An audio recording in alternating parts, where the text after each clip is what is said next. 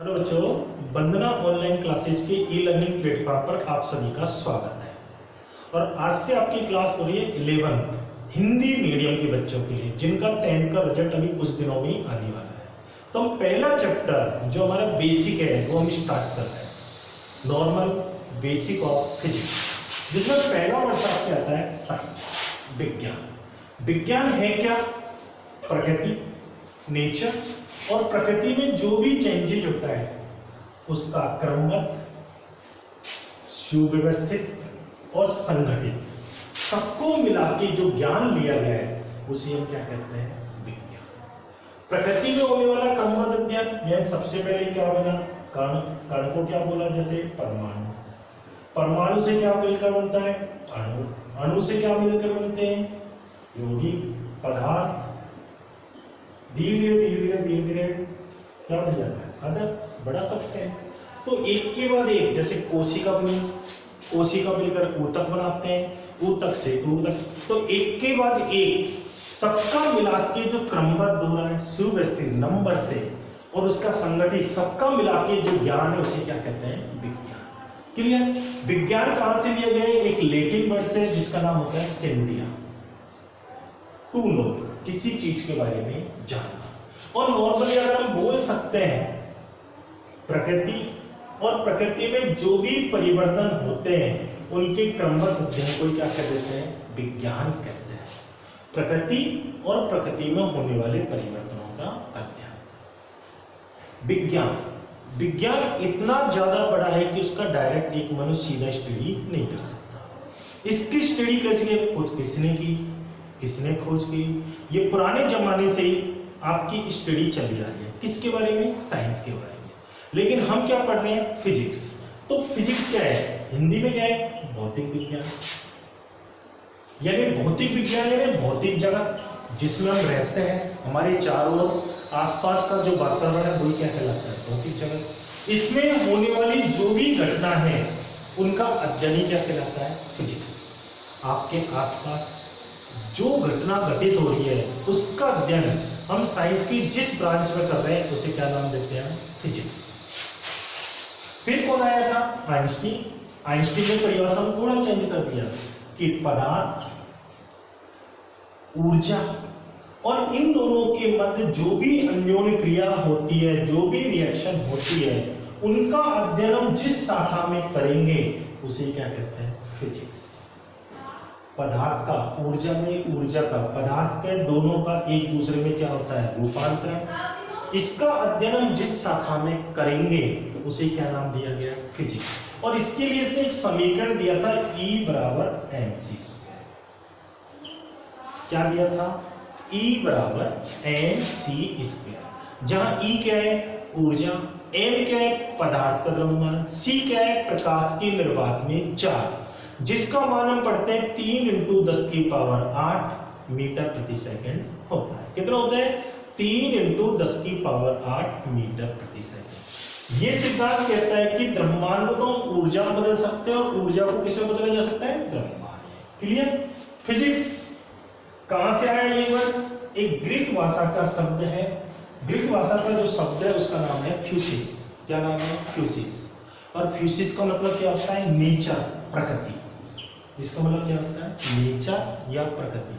तो फिजिक्स को हम क्या कहते हैं? प्रकृति या प्रकृति में जो भी परिवर्तन, प्रकृति का अध्ययन कर दो, या प्रकृति में जो परिवर्तन हो रहा है उसका अध्ययन ही क्या कहलाता है? फिजिक्स। और उसमें क्रमबद्ध जो अध्ययन होगा उसे हम क्या कहते हैं? साइंस। उसे क्या कहते हैं? साइंस। ठीक है, तो अभी आपने पढ़ा है साइंस क्या है, सेकंड क्या पढ़ा है? फिजिक्स क्या है। अगला हमारा पॉइंट है भौतिकी के क्षेत्र। फिजिक्स का कौन कौन सा क्षेत्र है, उसके क्या क्या प्रयोजन है, इसके हम दो पार्ट्स पढ़ते हैं, एक स्थूल भौतिकी, एक सूक्ष्म भौतिकी। स्थूल मैक्रो, सूक्ष्म माइक्रो। स्थूल जिसे हम बोलते हैं चित्सम्मत भौतिकी का एक भाग। कौन सी है? चित्सम्मत भौतिकी, पुरानी। सूक्ष्म मॉडर्न, आधुनिक, जो आज के समय में चल रही है। स्थूल भौतिकी जिसमें बड़ी बड़ी घटनाओं का क्या किया जाता है? अध्ययन। सूक्ष्म भौतिकी जिसमें छोटी छोटी घटनाओं का, किसका? छोटे छोटे कणों का, नाभिकीय कण। नाभिकीय छोटे कण क्या हो गए? प्रोटॉन भी हो गया, अल्फा कण, इलेक्ट्रॉन, न्यूट्रॉन, न्यूट्रिनो, ये सब कहते हैं छोटे कण हैं। नाभिक कण में क्या आ गया, प्रोटॉन आ गया, न्यूट्रॉन आ गया। तो इन सब का अध्ययन हम किसमें करेंगे, मॉडर्न फिजिक्स आ गई। अब माइक्रो जो फिजिक्स है, मैक्रो जो फिजिक्स है, उसका पहला पार्ट लेते हैं हम यांत्रिकी, मैकेनिक्स। अब मैकेनिक्स में क्या पढ़ेंगे, गतिकी। पिंड गति कैसे करता है, स्थिर है, गतिशील है, गति क्यों होती है, न्यूटन ने गति के जो नियम दिए, उन सब का अध्ययन किसमें होगा, मैकेनिक्स में होगा। यानी गति से रिलेटेड कि कारण क्या है, गति हो रही है, न्यूटन संवेग, आवेग, ये सब किसके अंतर्गत आते हैं, यहाँ। सेकेंड, ऑप्टिक्स, प्रकाशिकी। प्रकाश से रिलेटेड जो भी अध्ययन होगा वो सब किसमें होगा, ऑप्टिक्स। अपवर्तन, परावर्तन, व्यतिकरण, विवर्तन, ध्रुवण, कॉम्पटन, ये सब किसमें है हमारे, ऑप्टिक्स। थर्मोडायनेमिक्स, थर्मो, ताप क्या है, ऊष्मा क्या है, दोनों में परस्पर संबंध क्या है, ऊष्मा का प्रवाह कैसे होता है, चालन के द्वारा, संवहन के द्वारा, विकिरण के द्वारा, ये सब अध्ययन किसमें करेंगे, ऊष्मा। न्यूटन के शीतलन का नियम, किरचॉफ का नियम, बीम का विस्थापन नियम, इन सब की स्टडी किसमें होगी, ऊष्मा गति। इंजन, कार्नो इंजन है, तरह तरह के प्रक्रम, वो सब किसमें अध्ययन होते हैं, ऊष्मा। विद्युत चुंबकीय भौतिकी, विद्युत चुंबकीय, जिसके दो पार्ट्स कर दिए हम, स्थिर वैद्युतिकी और धारा। स्थिर वैद्युतिकी जिसमें हमको स्थिर आवेश का अध्ययन करना है, स्थिर आवेश क्या है, क्या क्या उत्पन्न करता है, उस सबका अध्ययन स्थिर भौतिकी। धारा वैद्युतिकी, गतिशील आवेश का अध्ययन, विद्युत धारा क्या होती है, धारा के कारण चुंबकत्व कैसे उत्पन्न होता है, यानी धारा वैद्युतिकी में हम किसका उपयोग अध्ययन करेंगे, धारा क्या है, धारा कैसे उत्पन्न होती है, चुंबक, चुंबकीय गुण कैसे उत्पन्न हुए, विद्युत धारा का चुंबकीय प्रभाव, प्रत्यावर्ती धारा, ये सब किसके पार्ट है, धारा में। तो ये तो सब किसका है, स्थूल भौतिकी का पार्ट। दूसरा आपके आता है सूक्ष्म भौतिकी, मॉडर्न फिजिक्स, जिसमें किसका, परमाणु भौतिकी, परमाणु कैसे होता है, परमाणु किसका मूलभूत कण है, परमाणु की खोज किसने की, रदरफोर्ड के लिए, रदरफोर्ड सुना है, थॉमसन का मॉडल, रदरफोर्ड का मॉडल, बोर का मॉडल, ये सब हम किसमें पढ़ेंगे, परमाणु को। नाभिकीय भौतिकी, जिसमें नाभिकीय संलयन है, नाभिकीय विखंडन है, क्या पढ़ते हैं, नाभिकीय भट्टी है, नाभिकीय बल, नाभिक में क्या क्या होता है, इन सब का अध्ययन किसमें करेंगे, नाभिक। क्वांटम भौतिकी, प्रकाश विद्युत प्रभाव, इसके बारे में अध्ययन किसमें करते हैं, क्वांटम। इलेक्ट्रॉनिक्स, डायोड, इलेक्ट्रॉनिक्स में सेमीकंडक्टर, अर्धचालक कैसे होते हैं, कितने प्रकार के होते हैं, इन सब का अध्ययन किसमें करेंगे, इलेक्ट्रॉनिक्स, डायोड, ट्रांजिस्टर, रेक्टिफायर, इन सब का अध्ययन आपको किसमें करना है, इलेक्ट्रॉनिक्स। ठीक है, तो हमारा इसमें एक तो हमको क्या पढ़ना है, यांत्रिकी। 11th में दूसरा कौन सा पार्ट पढ़ेंगे, ऊष्मागतिकी। बाकी हम किसमें पढ़ेंगे, 12th। क्लियर है। अब ये मैंने स्पेशल वर्ड्स डाला, फिजिक्स। फिजिक्स का मतलब क्या है, स्टडी ऑफ नेचर, प्रकृति का अध्ययन। फिजिक्स से किसका डेवलपमेंट हुआ, इंजीनियरिंग का। इसका डेवलपमेंट हुआ इंजीनियरिंग, और इंजीनियरिंग में क्या होता है, फिजिक्स की सहायता से नई नई चीजों का क्या करते हैं, निर्माण। इंजीनियर लोग क्या करते हैं, फिजिक्स पढ़ते हैं तरह तरह की, और उसके द्वारा नई नई वस्तुओं का क्या करते हैं, निर्माण करते हैं। फिर हम कहते हैं टेक्नोलॉजी। टेक्नोलॉजी, इंजीनियरिंग, फिजिक्स, इन दोनों को लिया और क्या किया, बनी हुई वस्तुओं को आसान से आसान करते जाना। सबसे पहले कंप्यूटर बहुत बड़ी साइज का होता था, जिसको ठंडा करने के लिए 5 में 10 क्या चाहिए थे, एसी। फिर कंप्यूटर की साइज छोटी आई, डेस्कटॉप लिया, फिर लैपटॉप आया, फिर टैबलेट, फिर मोबाइल। लगातार साइज क्या हो रही है, छोटी हो चुकी है। एक छोटी सी चिप आती है, उसमें बहुत सारी चीजें क्या होती है, डाटा को हम क्या कर लेते हैं, संग्रहित। तो पहले बड़े रूप को छोटे रूप में, छोटे रूप को और माइक्रो, फिर और मिनी, 10 से ज्यादा छोटे रूप में क्या करता है, कन्वर्ट। ये सब हम किसकी सहायता से करते हैं, टेक्नोलॉजी। किसकी सहायता से, टेक्नोलॉजी। हवाई जहाज उड़ रहा है, पहले उड़ता था नहीं, धीरे धीरे टेक्नोलॉजी के द्वारा इसको क्या किया है, डेवलप किया। तो भौतिकी के क्षेत्र क्या क्या है, एक तो मैक्रो, दूसरा माइक्रो। स्थूल भौतिकी, सूक्ष्म भौतिकी। स्थूल भौतिकी क्लासिकल फिजिक्स का, चिप्समर बहुत ही जो पुराने जमाने में चलती है। आधुनिक मॉडर्न फिजिक्स जो आज की डेट में चल रहा है, वो स्थूल भौतिकी में बड़ी बड़ी घटनाओं का अध्ययन करते हैं, सूक्ष्म भौतिकी में छोटे कणों उनके द्वारा होने वाली प्रक्रिया। नाम याद कीजिए, यांत्रिकी, प्रकाशिकी, ऊष्मागतिकी, विद्युत चुंबकीय भौतिकी, ये किसके पार्ट है? स्थूल भौतिकी। परमाणु भौतिकी, नाभिकीय भौतिकी, क्वांटम, ये सब किसके पार्ट है? सूक्ष्म। क्लियर है? आ गया इतना? चलिए, हाँ तो बच्चों, अपना जो अगला टॉपिक है वो है प्रकृति के मूल बल, फंडामेंटल फोर्स ऑफ नेचर, जिसमें हम पहला लेते हैं गुरुत्वाकर्षण बल, दूसरा है दुर्बल नाभिकीय बल, तीसरा है विद्युत चुंबकीय बल और चौथा है प्रबल नाभिकीय। पहला गुरुत्वाकर्षण बल, दूसरा दुर्बल नाभिकीय बल, तीसरा विद्युत चुंबकीय बल, इलेक्ट्रोमैग्नेटिक फोर्स, चौथा है न्यूक्लियर फोर्स, स्ट्रॉन्ग नाभिकीय बल। गुरुत्वाकर्षण बल, फर्स्ट तो ये ध्यान रखना, इसकी प्रकृति कैसी होती है? आकर्षण। प्रकृति हमेशा कैसी होगी इसकी? आकर्षण, यानी हमेशा किसके ऊपर? वस्तुओं को क्या करेगा? एक दूसरी वस्तु अपनी ओर क्या करेगी? आकर्षण। सेकंड, इसकी परास क्या होती है? अनंत। अनंत का मतलब पहला बता दिया आपको, आकर्षण है, दूसरी इसकी परास क्या होती है? अनंत। यानी ब्रह्मांड में दो पिंड कहीं भी स्थित हो, कितनी भी दूरी पर स्थित हो, उनके बीच एक गुरुत्वाकर्षण बल हमेशा कार्यरत होगा। दूरी कितनी भी हो, अनंत हो, तब भी ये बल कुछ ना कुछ तो क्या है? कार्य। तीसरा, जब इसकी परास अनंत है, बहुत ज्यादा है, ये प्रकृति का कैसा बल है? सबसे दुर्बल बल होता है। गुरुत्वाकर्षण बल पहली प्रकृति मैंने क्या बताई? आकर्षण है। परास क्या बताई मैंने? अनंत है। प्रकृति का कैसा बल है? सबसे दुर्बल बल है। सार्वत्रिक बल भी बोलते हैं इसे। सार्वत्रिक क्यों बोलते हैं? क्योंकि ब्रह्मांड में प्रत्येक दूरी पर यह बल क्या होता है? कार्यरत होता है। इस कारण इसे सार्वत्रिक बल के नाम से जाना, यूनिवर्सल लॉ ऑफ ग्रेविटेशन। इसके लिए एक सूत्र दिया गया गुरुत्वाकर्षण का, F बराबर G(m1 m2) r स्क्वायर, जो हम पढ़ेंगे गुरुत्वाकर्षण वाले कक्षा में, कि जब दो पिंड m1 व m2 द्रव्यमान के दो पिंड हैं, परस्पर r दूरी पर स्थित है, तो उनके बीच जो आकर्षण बल लगेगा, क्योंकि ये अनावेशित होता है, अनावेशित है तो हमेशा कौन सा बल लगेगा? आकर्षण। इन दोनों के द्रव्यमान के गुणनफल के समानुपाती, और इनके बीच की दूरी के वर्ग के क्या होता है? व्युत्क्रमानुपाती। जब दोनों को आप एक साथ लिखोगे तो आप लिखोगे m1 m2 upon r square, और जब ये प्रोपोर्शनल का साइन हटाते हैं तो हम कांस्टेंट लगाते हैं g, और g को हम बोलते हैं क्या? बोलते हैं सार्वत्रिक गुरुत्वाकर्षण नियतांक। क्लियर? और इसकी वैल्यू होती है, यदि आप अभी याद करना चाहिए, अभी कीजिए, नहीं चैप्टर में पढ़ लेना, 6.67 इंटू 10 की पावर -11 न्यूटन मीटर स्क्वायर बटे किलोमीटर। क्लियर? इसका विनिमय कौन से कण के द्वारा होता है? गुरुत्वाकर्षण में दो पिंडों के बीच ग्रेविटॉन। क्या माध्यम पर निर्भर करता है? ये बल माध्यम पर निर्भर नहीं करता।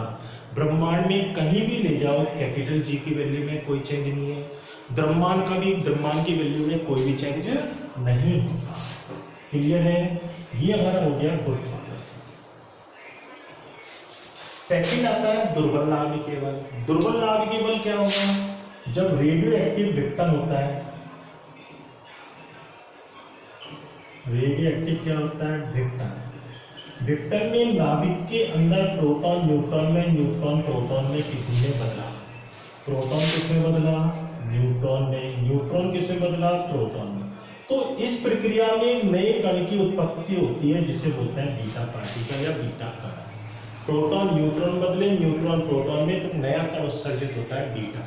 उस समय जो बल कार्यरत होता है वो कौन सा होता है? दुर्बल नाभिकीय बल। बहुत ज्यादा कमजोर बल होता है, और ये लगभग नाभिकीय के भी अंदर लगभग 10 की पावर -16 या 15 मीटर की दूरी तक प्रभावी होता है, जिसे हम नाभिकीय त्रिज्या के नाम से जानते हैं। ये बल किन कणों का आदान प्रदान करता है? जो कणों का आदान प्रदान इस बल के अंतर्गत है वो है बोसॉन। कब लग रहा है ये बल?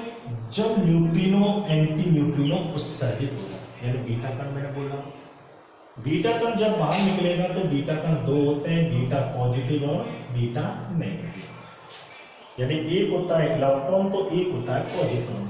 जो नेगेटिव होता है उसका नाम है इलेक्ट्रॉन, जो पॉजिटिव होता है उसका नाम है पॉजिट्रॉन।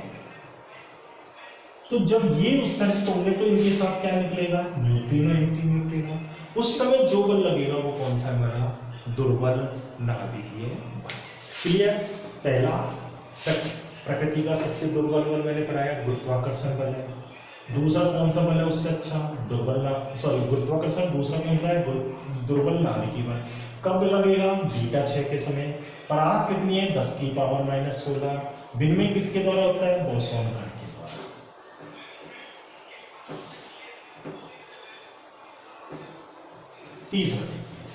तीसरा है विद्युत चुंबकीय बल। विद्युत चुंबकीय बल किसके ऊपर निर्भर है? आवेश। आवेश कैसे हैं? प्लस के हैं या माइनस के हैं, या एक प्लस है दूसरा माइनस है। यदि दोनों समान प्रकृति के हैं तब तो उनके बीच क्या होगा? रिपल्शन, प्रतिकर्षण। विपरीत प्रकृति के तो हमेशा कैसा होगा? आकर्षण। समान प्रकृति के तो प्रतिकर्षण, विपरीत प्रकृति है तो आकर्षण बल क्या होता है? कार्यशील। क्लियर आ गया? किसके ऊपर निर्भर है? आवेशों के बीच। इसकी भी परास क्या होती है? अनंत। जैसे गुरुत्वाकर्षण बल की परास अनंत होती है, इसकी परास क्या होती है? अनंत। इसका विनिमय कौन से कणों के द्वारा होता है? फोटोन के द्वारा।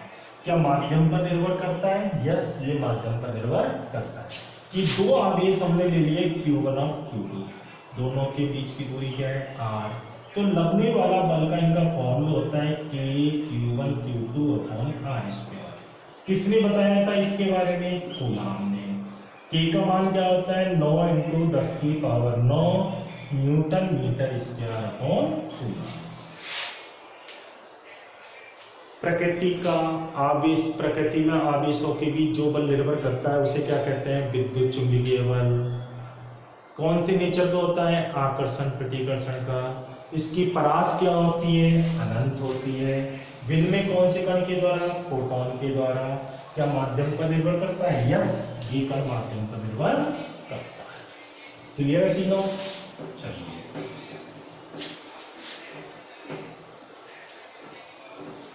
लास्ट, प्रकृति का सबसे प्रबल बल जो नाभिक में कार्यशील होता है वो होता है नाभिकीय बल। ये आवेशों के ऊपर निर्भर नहीं करता कि वो धन है ऋण है क्या है। यानी ये कैसा है? आवेश आश्रित है। जब आवेशों पर ही निर्भर कर नहीं करेगा तो कैसा होगा? आकर्षण प्रकृति। नाभिक में क्या पाए जाते हैं? प्रोटॉन और न्यूट्रॉन। तो प्रोटॉन न्यूट्रॉन के बीच, प्रोटॉन प्रोटॉन के बीच, न्यूट्रॉन न्यूट्रॉन के बीच ये समान रूप से क्या होगा? कार्य। यानी इनकी प्रकृति पर यह निर्भर नहीं करता है। परास केवल ये नाभिक के भीतर ही कार्य होता है, नाभिक के बाहर ये बल क्रियाशील नहीं होता, जीरो। कौन से कणों का विनिमय होता है इसमें? मेसान। ये बल जब कार्यरत होता है दो कणों के बीच तो कौन से कणों का आदान प्रदान होता है? जो सूक्ष्म कण होते हैं वो है मेसान। कौन सा? मेसान। तो हमने 4 बल पढ़े। गुरुत्वाकर्षण बल, दुर्बल नाभिकीय बल, विद्युत चुंबकीय बल और लास्ट पढ़ा है हमने नाभिक। यदि क्रम पूछे सबसे प्रबल बल, उससे कम, उससे कम। सबसे दुर्बल बल कौन सा होता है? नाभिकीय बल। सबसे प्रबल बल कौन सा होता है? सबसे दुर्बल गुरुत्वाकर्षण, गलत बुलाया गया, और सबसे प्रबल नाभिकीय। यदि हम इसको एक माने तो विद्युत चुंबकीय बल नाभिकीय बल की तुलना में 100 गुना कमजोर होता है। कितने गुना? 100 गुना कमजोर, या 10 की पावर -2 प्रबल।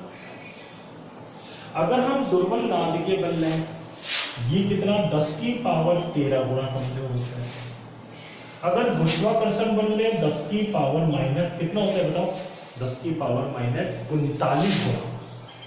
यानी 10 की पावर -39 अनुपात 10 की पावर -13 अनुपात 10 की पावर -2 अनुपात 3। यानी सबसे प्रबल बल है नाभिकीय बल, और सबसे दुर्बल है गुरुत्व। उल्टा ले रहे हैं, यदि ये 1 मानोगे ये 10 की पावर 13 हो जाएगा, ये 10 की पावर 37 36 और इसका 10 की पावर 3।